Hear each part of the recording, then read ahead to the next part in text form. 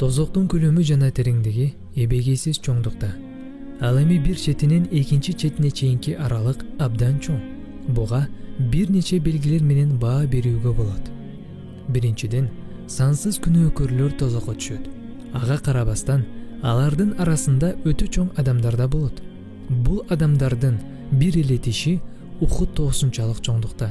Ал эми бир даалысынан экинчи даалысына чейинки аралык 3 күндүк жолго барабар. Азапталуучу адамдардын мындай чоңдугуна карабастан, дүйнө жүзү бою жашап өткөн капыр күнөөкөрлөрдүн баарын тозок өзүнө батырып алат. Андан тышкары, Куранда кабар берилгендей, башка күнөөкөрлөр үчүн да бош орундар болот. Аллах Таала айтат: "Ошол күнү биз тозокко, капырларга толдуңбу дейбиз. Ал дагы барбы?" дейт. Экинчиден, тозоктун тереңдиги өтө терең экенини анын жогору жагынан ыргатылган таш менен далилдөөгө болот. Ал таш бир канча жылдардан кийин гана тозоктун түбүнө жетет.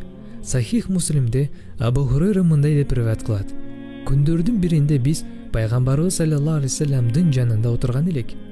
Бир аздан соң катуу өн менен бир таштын түшкөнүн уктук. Пайгамбарыбыз саллаллаху алейхи вассалам бизден бул эмне экенин силер билесиңерби деп сурады. Биз Аллах жана анын элчиси билүүчүрөөк деп жооп бердик. Ал бизге бул 70 жыл мурун тозокко ыргытылган таш.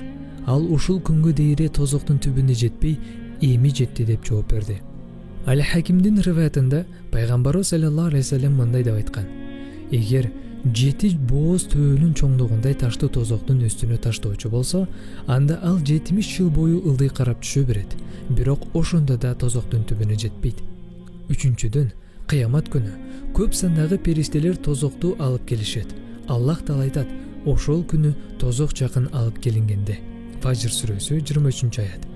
Пайгамбарыбыз саллаллаху алейхи вассалам бул окуянын кандай болоорун мындай деп сүрөттөп берген: "Ал күнү 70 миң тизгини бар тозокту алып келишет.